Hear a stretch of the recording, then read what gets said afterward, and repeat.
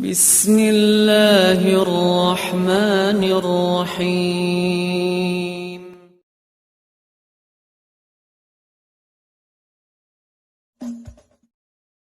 Akidah Al-Imam Asy-Syafi'i radhiyallahu an dan kebohongan Salafi Wahabi. Ya kita sudah bahas kan, dia aja mengaku ikuti Imam Syafi'i, akidahnya justru berbeda dari Imam Syafi'i dan sebagian besar dari ulama-ulama Syafi'iyah kan gitu. Anehnya. Makanya sekarang ini timbul fenomena orang-orang yang mereka berani mengatakan kami secara fikih Imam Syafi'i tapi secara akidah Asy'ari. Tafsir istawa menurut Al-Imam Asy-Syafi'i radhiyallahu an.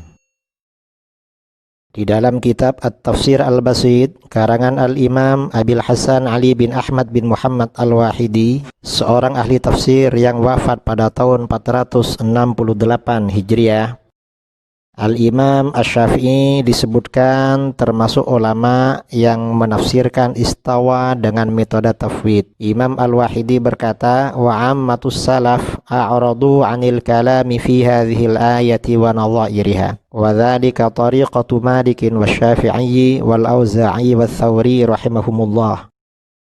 Kebanyakan ulama salaf berpaling dari membicarakan ayat istawa ini dan ayat-ayat yang serupa. Demikian adalah metode Imam Malik, Asy-Syafi'i, Al-Auza'i, dan Ats-Tsauri rahimahumullah. Hal ini juga dijelaskan oleh Al-Imam Al-Baihaqi dalam kitab Al-I'tiqad. Ketika menjelaskan tentang istawa, beliau mengutip perkataan Imam Asy-Syafi'i yang cenderung tafwid. Imam Asy-Syafi'i berkata, la yuqalu lil asli lima wala kaifa. Al-Quran dan Sunnah atau dalil-dalil yang terdapat di dalam Al-Quran dan Sunnah tidak bisa ditanya mengapa dan bagaimana.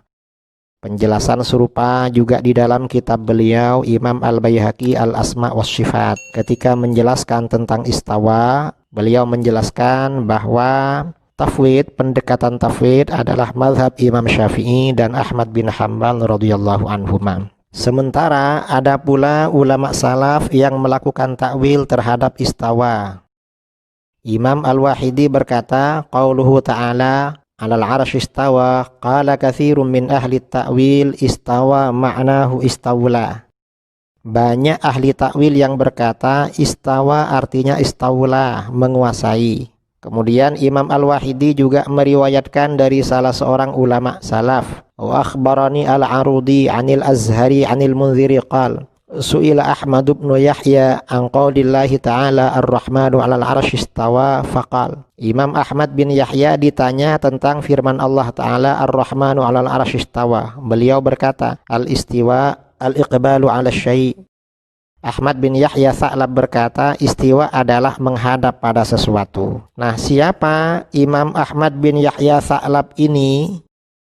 Beliau adalah al-Imam al-Allamah al-Muhaddits ahli hadis, Imamun Nahwi, imam dalam ilmu nahwu, Abul Abbas Ahmad bin Yahya bin Yazid Asy-Syaibani maulahum al-Baghdadi. Beliau lahir pada tahun 200 Hijriah dan wafat pada tahun 291 Hijriah. Seorang ulama yang thiqah, dipercaya, hujjah, pendapatnya dapat dijadikan hujjah, dayyin, agamis, shalih, dan terkenal hafalannya. Demikian biografi beliau yang disebutkan oleh Imam Az-Zahabi dalam kitabnya Siyar A'lam An-Nubala. Rasulullah Shallallahu Alaihi Wasallam adalah makhluk yang paling mulia.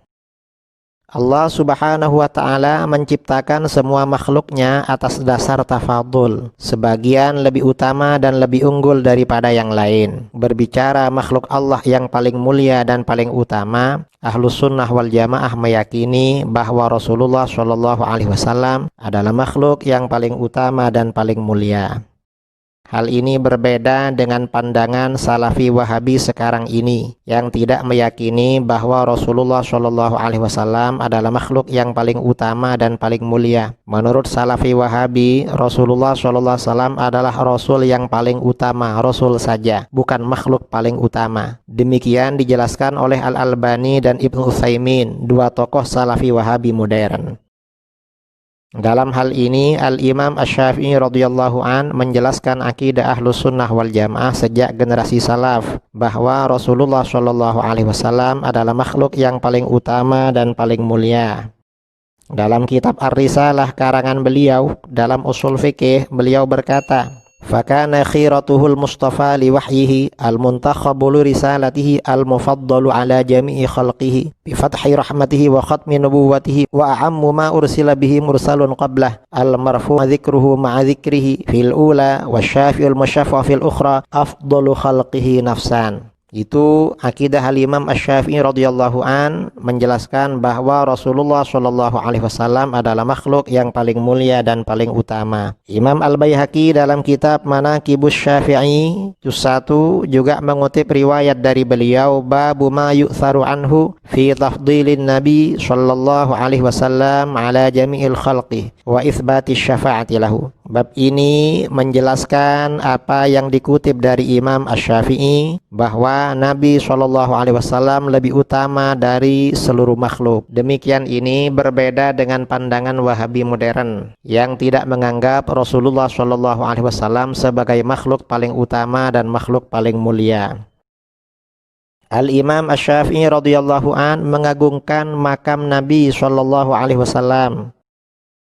Diriwayatkan di dalam kitab Adabus Syafi'i wa Manaqibuhu karangan Al-Imam Ibnu Abi Hatim Ar-Razi, ketika beliau berdialog dengan Muhammad bin Al-Hasan, muridnya Imam Abu Hanifah, di mana Muhammad bin Al-Hasan menulis kitab berjudul Ar-Raddu ala Ahlil Madinah, bantahan kepada penduduk Madinah. Imam Asy-Syafi'i berkata, ya Aba Abdillah, araka qad asbahta tahjul Madinah. Wahai Abu Abdillah, aku lihat engkau telah mencela Madinah, wa tadhummu ahlaha, dan mencela penduduk Madinah. Fala in kunta arattaha, apabila kamu bermaksud pada Madinah, fa innaha la haramu Rasulillah sallallahu alaihi wasallam. Sesungguhnya Madinah itu tanah suci Rasulullah sallallahu alaihi wasallam. Wa amnuhu, dan tanah yang diamankan oleh Rasulullah sallallahu alaihi wasallam. Sammahallahu Tabah, Allah telah menamakan Madinah dengan Tabah, sesuatu yang baik, yang harum. Wa minha, dan dari tanah Madinah itu khuliqan Nabi sallallahu alaihi wasallam, Nabi sallallahu alaihi wasallam diciptakan. Wa biha qabruhu, dan di Madinah adalah makam Nabi sallallahu alaihi wasallam. Artinya apa? Dalam perkataan ini Imam Asy-Syafi'i mengagungkan Madinah dan mengagungkan makam baginda Nabi sallallahu alaihi wasallam. Sikap seperti ini berbeda dengan Salafi Wahabi. Syekh Muhammad bin Abdul Wahab mengkafir-kafirkan penduduk Madinah. Bahkan sebagian ulama Salafi Wahabi seperti Al-Albani berharap memprovokasi pemerintahan Saudi Arabia agar membongkar kubah hijau yang ada di atas makam baginda Rasulullah SAW dan menghilangkan kisi-kisi yang mengitari makam Rasulullah SAW. Al-Imam Asy-Syafi'i radhiyallahu an membuat sholawat susunan sendiri. Dalam kitab Ar-Risalah, beliau menulis sholawat, fasallallahu ala nabiyyina Muhammadin kullama dzakarahu dzakirun wa ghafala an dzikrihil ghafirun wa sallallahu alaihi fil awwalin wal akhirin afdala wa aktsara wa azka ma shalla ala ahadin min khalqih wa zakkana wa iyyakum bis sholati alaihi afdala ma zakka ahadan min ummatihi bi sholatihi alaihi. Wassalamu alaihi wa rahmatullahi wa barakatuh. Wa jazahullahu anna afdala ma jaza mursalan amman ursila ilaih fa innahu anqadhana bihi minal halakah wa ja'alana fi khairi ummatin ukhrijat linnas. Ini redaksi sholawat Nabi SAW susunan Al-Imam Asy-Syafi'i radhiyallahu an dalam kitabnya Ar-Risalah. Hal ini berbeda dengan Salafi Wahabi yang membid'ahkan, menyesatkan sholawat susunan sendiri dan melarang membaca sholawat yang disusun sendiri atau disusun oleh para ulama. Akidah Al-Imam Asy-Syafi'i radhiyallahu an, Rasulullah SAW bermanfaat baik di dunia maupun di akhirat, ketika masih hidup maupun sudah wafat. Dalam kitab Ar-Risalah, Al-Imam Asy-Syafi'i ketika menyebutkan baginda Rasulullah SAW, beliau berkata, falam tumsi bina ni'matun zaharat wala batanat nilna biha hallam fi dinin wa dunyan أو دفع بها عنا مكروه فيهما وفي واحد منهما إلا ومحمد صلى الله عليه سببها القائد إلى خيرها والهادي إلى رشدها الزائد عن الهلاكة وموارد السوء في خلاف الرشد المنبه للأسباب التي تورد الهلاكة القائم بالنصيحة في الإرشاد والإنذار فيها فصلى الله على محمد وعلى آل محمد كما صلى على إبراهيم وآل إبراهيم إنه حميد مجيد.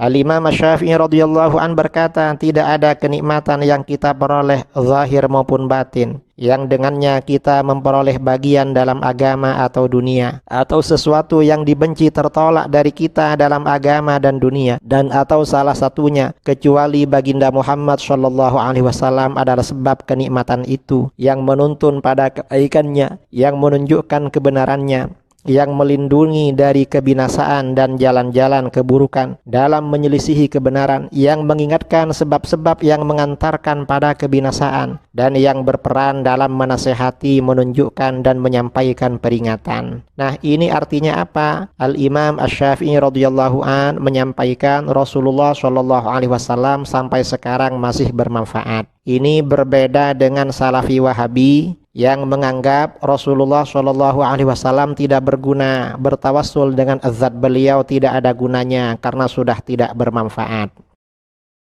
Al-Imam Asy-Syafi'i radhiyallahu an meminta didoakan kepada orang soleh. Dalam kitab Adabus Syafi'i wa Manaqibuhu, Imam Ibn Abi Hatim Ar-Razi meriwayatkan dari Harmalah, sami'tu Syafi'i aw qala li idhab ila Idris bin Yahya al-Abid wa qul lahu yad'ullaha li. Harmalah berkata, Asy-Syafi'i radhiyallahu an berkata kepadaku, pergilah kepada Idris bin Yahya al-Abid, katakan kepadanya berdoalah kepada Allah untukku. Imam Asy-Syafi'i minta didoakan kepada orang lain. Hal ini berbeda dengan pandangan Salafi Wahabi. Syekh Ibnu Utsaimin dalam kitab-kitabnya melarang meminta doa kepada orang yang dipandang soleh. Bahkan sebagian orang Wahabi di Indonesia menyampaikan ceramah di televisi nasional, meminta doa kepada ulama, kepada habib, kepada kiai, kepada syekh, hukumnya adalah syirik. Al-Imam Asy-Syafi'i radhiyallahu an membagi bid'ah menjadi dua. Diriwayatkan oleh Imam Abu Nu'aim dalam Hilyatul Auliya juz 9 halaman 113.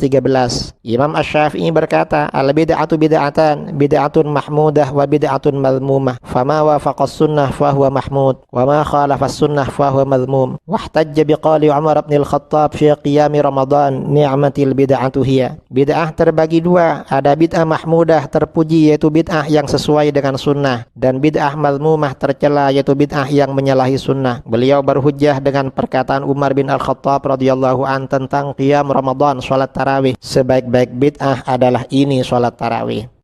Juga diriwayatkan oleh Imam Al-Baihaqi dalam kitab Manaqibus Syafi'i. Beliau mengatakan hal yang sama, bahwa muhdatsat, perkara baru atau bid'ah ada dua macam. Ada bid'ah yang menyalahi Al-Quran, sunnah, athar atau ijma', maka disebut bid'ah dhalalah, tersesat. Dan bid'ah dalam kebaikan yang tidak menyalahi hal tersebut, maka disebut bid'ah yang tidak tercela. Dalilnya sama, yaitu perkataan Sayyidina Umar bin Al-Khattab radhiyallahu an. Hal ini berbeda dengan Salafi Wahabi. Kemudian dia menyebutkan kitab Syarah Aqidah Wasatiyah. Ya baca kitab ini. Saya kira mungkin nggak baca, takut baca. Kalau dibaca kejebak paham Wahabi. Ya baca kitabnya Syarah Aqidah yang punya Syekh Sulaiman itu menang. Gimana penjelasannya? Kan terbantah dengan dalil-dalil kalau mampu. Kan terbantah dengan dalil-dalil kalau mampu. Kan terbantah dengan dalil kalau mampu. Misalnya tokoh Wahabi Syekh Utsaimin di dalam Syarah Aqidah Wasitiyah mengatakan kullu bid'atin dhalalah, hadza kalamun 'amun musawwarun bi aqwa lafdhin dalin 'alal umum wa huwa lafdhu kulluh. Salafi Wahabi menolak pembagian bid'ah dengan alasan dalam hadis kullu bid'atin dhalalah ada pagar, ada sur terkuat yang menunjukkan pada arti keumuman, yaitu lafal kulluh. Nah, di sini Syekh Utsaimin menggunakan lafaz musawwar, sur. Sur ini adalah istilah dalam ilmu mantek. Padahal Salafi Wahabi mengharamkan ilmu mantek. Tetapi ternyata diam-diam Syekh Utsaimin menggunakan istilah dalam ilmu mantek. Syekh Utsaimin menolak pembagian bid'ah, alasannya karena ada sur pagar yang berupa kulluh, lafadz kulluh. Pertanyaannya, benarkah lafadz kulluh ini adalah pagar yang kokoh yang tidak bisa dibatasi?